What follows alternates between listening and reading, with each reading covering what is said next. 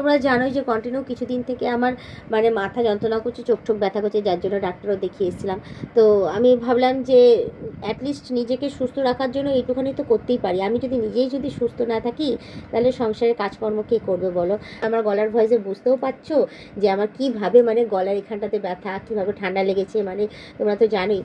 Hello বন্ধুরা, welcome to my channel. তোমরা সবাই কেমন আছো? আশা করি তোমরা সবাই খুব ভালো আছো।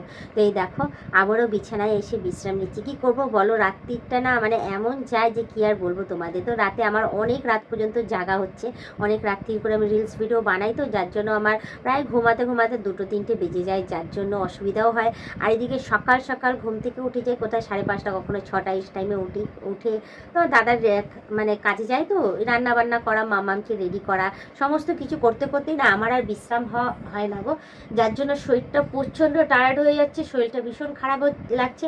আর আমি কি করেছি, তার জন্য একটা সময় বার করে নিয়েছি দুপুরবেলার দিকটা। তো দুপুরবেলার দিকটা নিজের শরীরটা সুস্থ রাখার জন্য প্রায় দিন এখন বিশ্রাম নিয়ে নিচ্ছি। কি করব বলো, না বিশ্রাম নিলে না আর সংসারের কাজকর্ম মনে হয় না করতে পারবো। আর দেখতেই পাচ্ছ কন্টিনিউ মানে কি বলবো, অত রাতে পর্যন্ত কাজ করা, আবার গা হাত পা ব্যথা, আবার তার মধ্যে ঠান্ডাও লেগেছে। আর তোমরা জানোই যে কন্টিনিউ কিছুদিন থেকে আমার মানে মাথা যন্ত্রণা করছে, চোখ ব্যথা করছে, যার জন্য ডাক্তারও দেখিয়ে এসেছিলাম।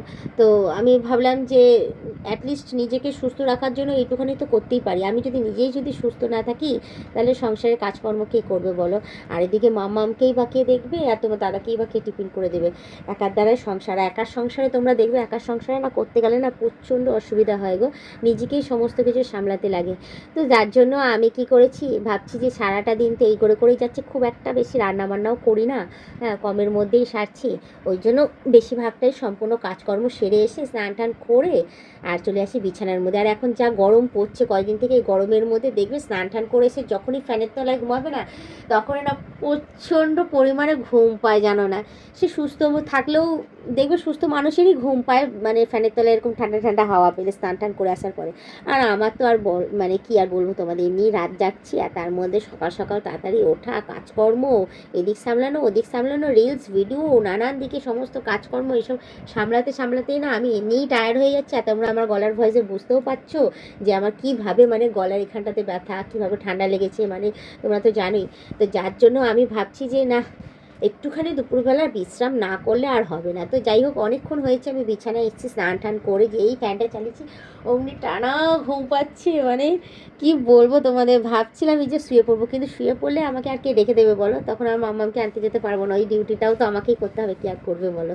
তো যার জন্য ভাবলাম যে যাই হোক, নিজেকে সুস্থ রাখার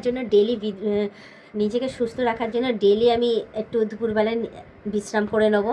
কারণ দুপুরবেলার দিকে যদি বিশ্রাম না করে নিজেকে সুস্থ রাখা একদমই সম্ভব না। তো ঘুমাই না ঘুমাই, অ্যাটলিস্ট বিছানায় পড়ে একটু রেস্ট যদি নিতে পারি তাহলে একটু ফ্রেশ হয়ে যেতে পারবো, একটু রিল্যাক্স লাগবে।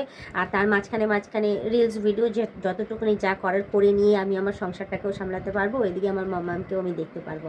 তো অনেকক্ষণ থেকে শুয়ে আমি সেটাই চিন্তা করছিলাম, একদমই ঘুমাইনি, শুয়ে চিন্তা করছিলাম যে নেক্সট আর কি করা যায় না করা যায়, আর সংসারে আর কি রান্নাবান্না করা যায়, মানে যাবতীয় সমস্ত কিছুই শুয়ে আমি চিন্তা ভাবনা করছিলাম। আর একটু রেস্টও নিয়ে নিয়েছিলাম। তার মাঝখানে তোমাদের আমি এইগুলোই ভাবলাম যে যাকে একটুখানি তোমাদের কাছে তুলে ধরি, না তুলে ধরে তোমরা বুঝতে পারবে না তো যে বৌদি কেন শুয়ে ভিডিও দিচ্ছে, কী কাশয় বিষয়। তো আজকে তোমাদের কাছে সেই জিনিসগুলোই আমি শেয়ার করলাম যে এই কারণের জন্য আমার বেশিরভাগটাই আমার শুয়ে ভিডিও আসছে। তো তোমরা জানোই, আমি জানি আমার যত পুরনো বন্ধুরা আছে তারা জানে, তারা বোঝে যে আমি কতটা খাটি।